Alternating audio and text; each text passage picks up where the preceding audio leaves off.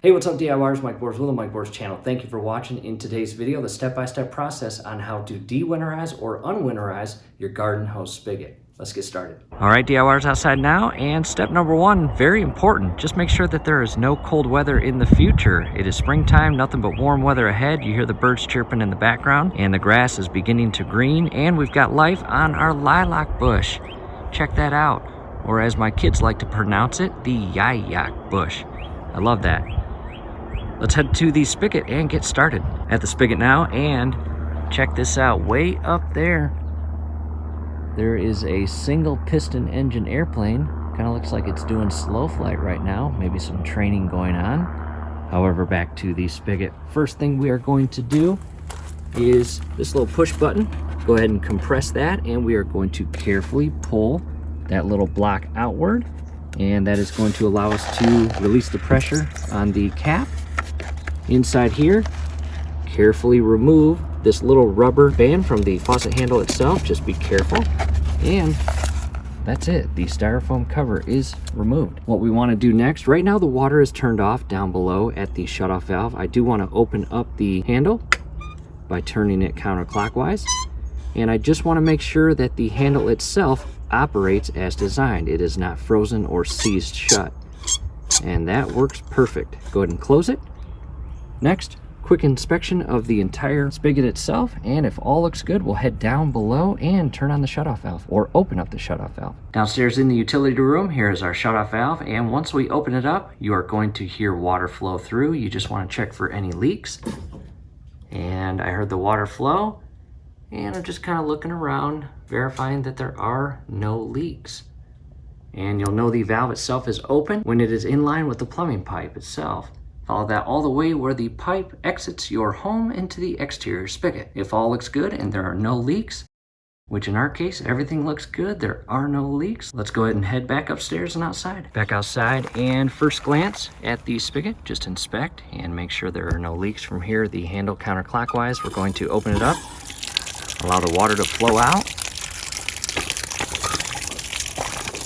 And so far so good. A little bit of air in the system. Let it run for about 20 to 30 seconds. As you can see here, it's pushing all that air out. After 20 to 30 seconds, it may even take a minute or two, just getting all that air out. Your water itself may be discolored.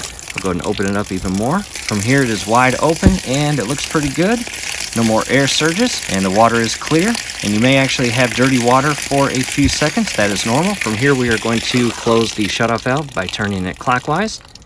And all I want to check now is the flow of water completely stops. You might have a few drips for about 5 to 10 seconds. That is normal as well. And from here, just inspect the entire spigot. Make sure it is perfectly operating as designed. In our case, everything looks good, no leaks. And from here, let's go grab our hose. Pulled the hose out of the garage. This is a Craftsman non-kink or nevekink hose. In the event that you want more info on this, definitely check out the link down below in the comment section, as well as the description section. You may find that helpful. However, come down below, you've got a male end and a female end. Verify your gaskets are in there that help create the watertight seal. You won't have one on the male end. That will actually be in the spray itself. And there it is. From here, we will carefully secure the female end to the spigot. As you do this, just verify you are not cross-threading the connections, and it should go on there very easily and friendly. And do not over-tighten it, but you do want it snug to allow that inner rubber seal to create that watertight seal. From here to the opposite end to hook up our sprayer. Making progress, the sprayer is now secured and back to the spigot. Let's go ahead and carefully open it up, and you will hear the water flow. Open it all the way out until it stops. From here, just check for leaks, and everything looks good so far. To the opposite end, you'll hear again the water flowing through the hose. Verify no leaks at this point, and from here, just spend about a minute of spraying. And get all that air out of the hose. And again, it may take some time. Just hold that handle wide open and get all of that air out of your hose, as shown here. And again, we're just gonna do this for about a minute, or until all the air is out of the hose.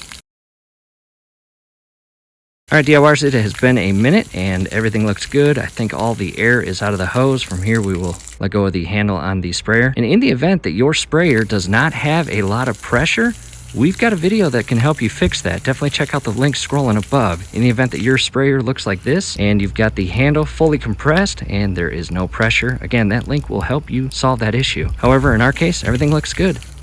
What we'll do now is carefully position the hose on the exterior wall mount. Garden hose is now wrapped on the wall mount as shown here, and in the event that you want step-by-step guidance on this exterior wall mount, definitely check out the link down below in the comment and description section as well. From here, we've got an additional hose to hook up on the opposite side of the house. On the opposite side of the house, there is our second spigot. We will de-winterize or un-winterize, however you want to say it, and it is incredible the difference in seasons. When we winterized these spigots, we had bright, fresh, beautiful flowers and a full garden right here. We were actually picking bright red fresh tomatoes that day. In the event that you want step-by-step guidance on how to winterize your garden hose spigot, definitely check out the link scrolling above. You may find that helpful. However, from here, do us a favor below the video. You will see that thumbs up icon. Click on that, like the video, subscribe to the channel. Definitely ring your YouTube bell. That would be very helpful to us. We would really appreciate it. Thanks again for watching. And one more thing you might want to do is go back down into your utility room and verify that there are no signs of leaks at your shutoff valves, as we ran water through the system for about 2 to 3 minutes. And in our case, we've got 2, so it will be about 5 minutes plus. So again, hopefully this helps. Enjoy your day.